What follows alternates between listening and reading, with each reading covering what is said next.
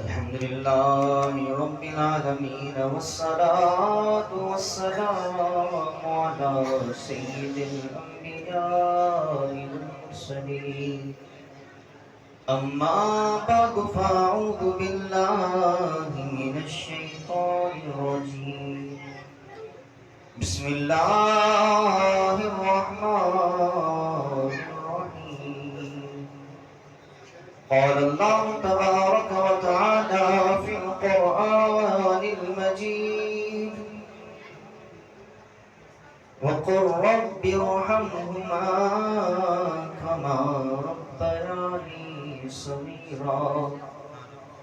آمنت بالله صدق الله العظيم إن الله وملائكته يصلون على النبي يا أيها الذين آمنوا صلوا عليه وسلموا تسليما پڑھیے الصلاة والسلام عليك يا رسول الله الصلاة والسلام عليك يا حبيب الله الصلاة والسلام عليك يا نبي الله وعلى آلك وصحابك نور الله. محترم پیارے بھائیوں، اللہ رب العزت کے فضل و کرم سے، رب تعالیٰ کی عطا کردہ توفیق سے آج کی اس مبارک محفل میں ہم سب حاضر ہیں۔ اللہ رب العزت ہم سب کی حاضری کو اپنی بارگاہ میں قبول و منظور فرمائے۔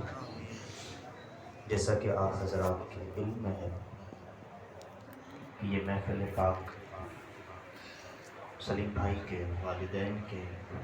اِساعت ثواب کے لیے منعقد کی گئی ہے۔ دعا ہے اللہ تعالیٰ ان کے والدین کی بے حساب بخشش و مغفرت فرمائے، اللہ تعالیٰ ان کے والدین کے درجات کو بلند فرمائے،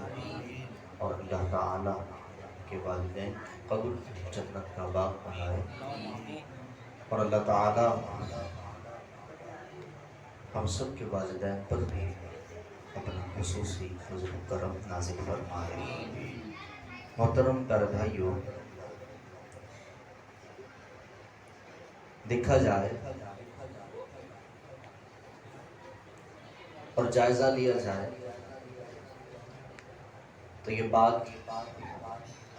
ہمارے مشاہدے میں آتی ہے کہ جب تک رب تعالیٰ کی عطا کردہ کوئی نعمت ہمارے پاس ہوتی ہے تو اس کی قدر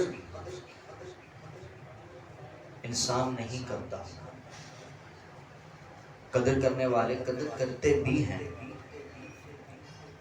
لیکن ایک جائزے کے مطابق دیکھا جائے تو یہ بات ہی ثابت ہوتی ہے کہ جب تک نعمت سامنے ہوتی ہے انسان اس نعمت سے فائدہ اٹھا رہا ہوتا ہے، لیکن اس کی قدر و قیمت سے غافل ہوتا ہے۔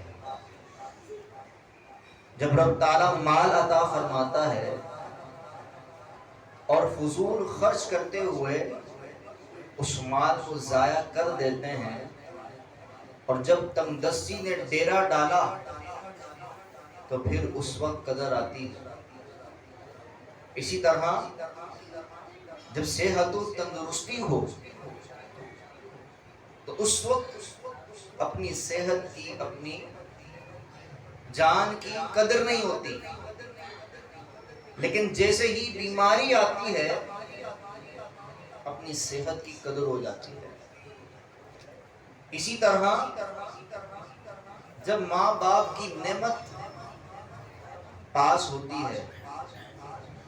ماں باپ آنکھوں کے سامنے جلوہ گر ہوتے ہیں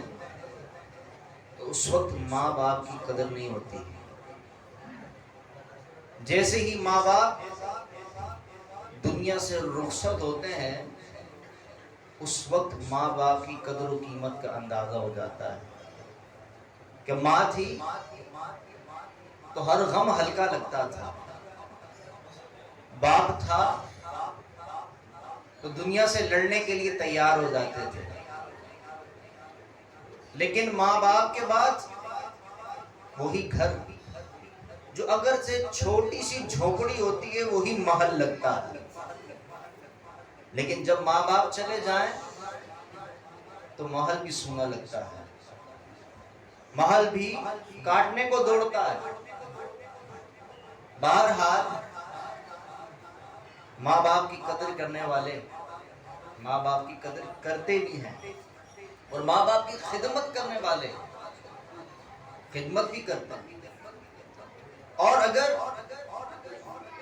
ماں باپ کی زندگی میں ماں باپ کی خدمت کی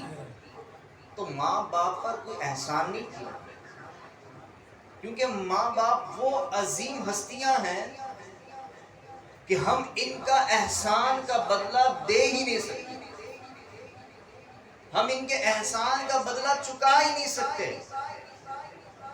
ساری زندگی ان کے قدموں کے پانی کو پیتے رہیں، ان کے قدموں کو دھو دھو کر پانی پیتے رہیں، ان کی ہر خوشی کا خیال رکھتے رہیں، ان کو ہر غم سے دور رکھتے رہیں.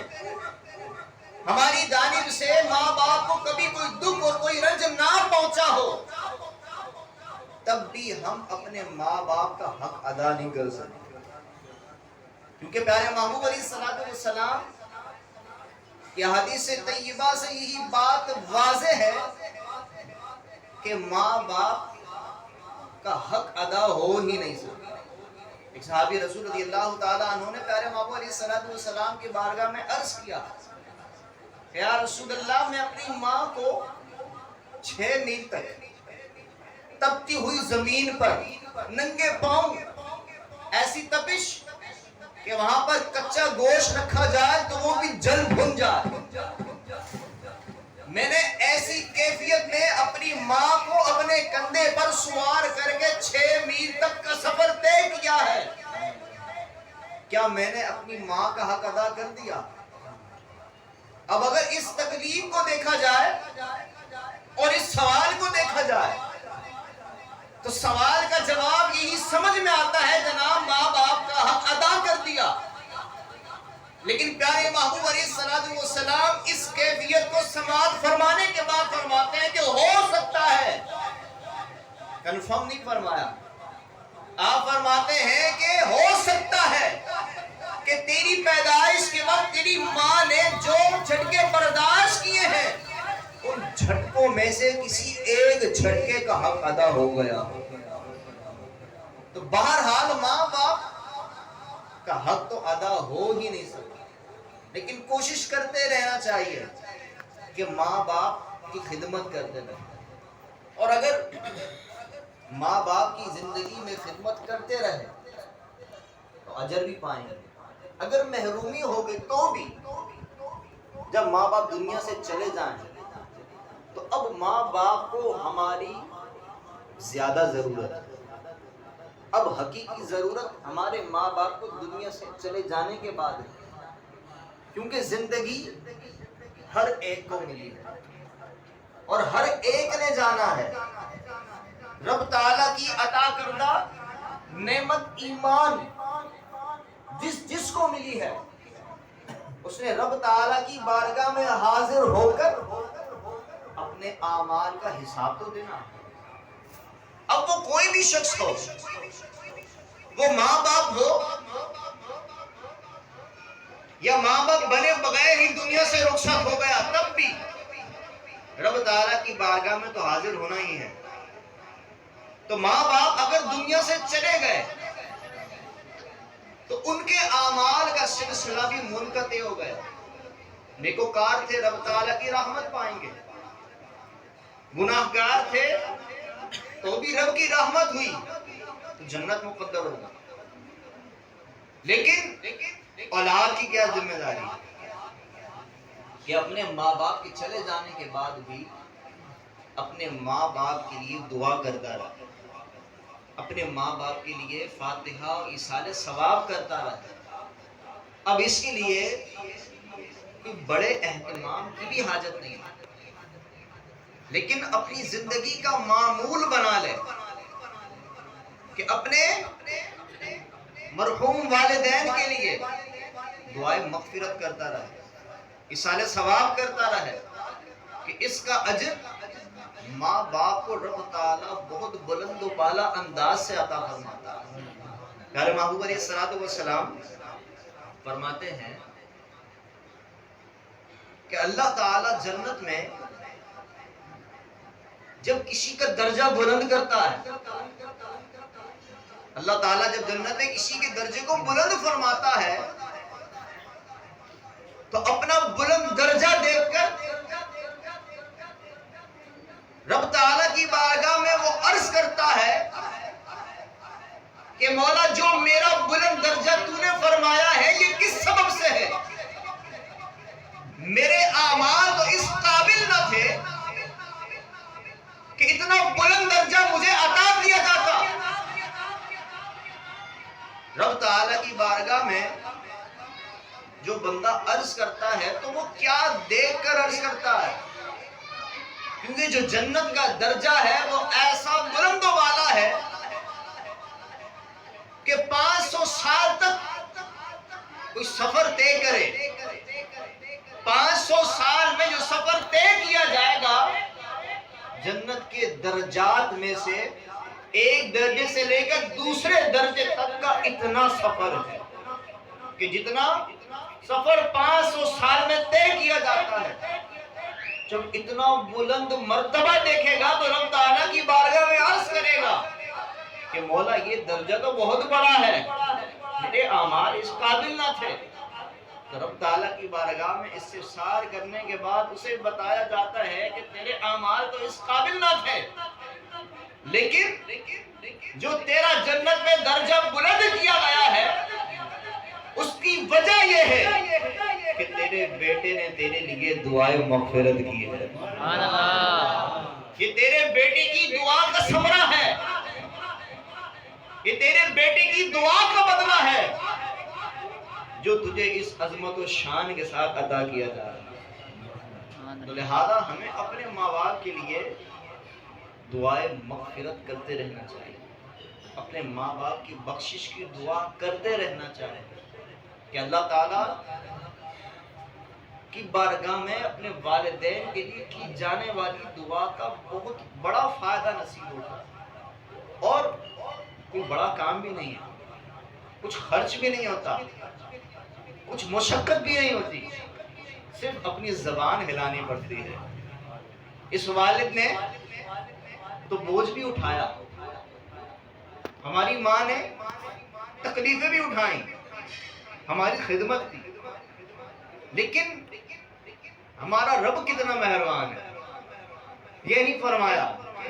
کہ جناب اپنے والدین کے لیے دعا کرو گے تو کوئی مشقت اٹھانی پڑے گی، کسی پریشانی کا سامنا کرنا پڑے گا۔ بس رب تعالیٰ نے زبان کی نعمت عطا فرمائی ہے، اسی رب تعالیٰ کی عطا کردہ نعمت کا صحیح استعمال کرتے ہوئے جب اپنے ماں باپ کے لیے بخشش کی دعا کریں گے تو اللہ تعالیٰ ہمارے والدین کا بیڑا پار فرما دے گا۔ سبحان اللہ۔ اور رب تعالیٰ بڑا کریم ہے، رب تعالیٰ کی رحمت ایسی ہے، رب تعالیٰ کی رحمت ایسی ہے کہ رب تعالیٰ کی رحمت ہمارے عمل کو نہیں دیکھتی، رب تعالیٰ کی رحمت یہ ہمارے اخلاص کو دیکھتی ہے کہ یہ عمل کس وجہ سے کیا گیا، کس سبب سے کیا گیا۔ جب رب تعالیٰ کی رحمت سے، رب تعالیٰ کی عطا کردہ توفیق سے جو بھی عمل کر لیا رب تعالیٰ نے قبول فرما لیا تو دنیا میں ہمارا بھی بیڑا پار ہے، اور اس عمل کا جب ایصال ثواب اپنے والدین کو کیا تو انشاءاللہ ہمارے والدین کا بھی بیڑا پار ہو جائے گا۔ حضرت سیدنا حسن بصری رحمۃ اللہ تعالی علیہ کی بارگاہ میں ایک عورت آئی اور عرض گزار ہوئی، مجھے کوئی ایسا عمل ارشاد فرمائیے کہ میں اپنی فوت شدہ بیٹی کا حال ملاحظہ کر لوں کہ قبر کے اندر میری بیٹی کس کیفیت میں ہے، کس عالم میں ہے۔ آپ عمل ارشاد فرماتے ہیں وہ اپنی بیٹی کو قبر میں دیکھتی ہے کہ وہ عذاب میں مبتلا ہے، وہ عذاب میں مبتلا ہے، رنجیدہ ہو جاتی ہے۔ اس کے گمان کے مطابق تو میری بیٹی جنت میں مزے لوٹ رہی ہوگی، لیکن اس نے دیکھا کہ میری بیٹی کو جہنم میں عذاب ہو رہا ہے، لہذا حضرت سیدنا حسن بصری رحمۃ اللہ تعالی علیہ کی خدمت میں حاضر ہو کر یہ کیفیت بیان کرتی ہے۔ آپ بھی اس کے عذاب قبر کی خبر سن کر رنجیدہ ہو جاتے ہیں، غمزدہ ہو جاتے ہیں۔ کچھ عرصے کے بعد آپ ملاحظہ فرماتے ہیں، آپ ایک خواب میں ملاحظہ فرماتے ہیں کہ ایک جنت ہے اور جنت میں ایک حسین و جمیل عورت، ایک حسین و جمیل لڑکی جنت کے تخت پر بیٹھی ہوئی ہے اور جنت کے مزے لوٹ رہی ہے،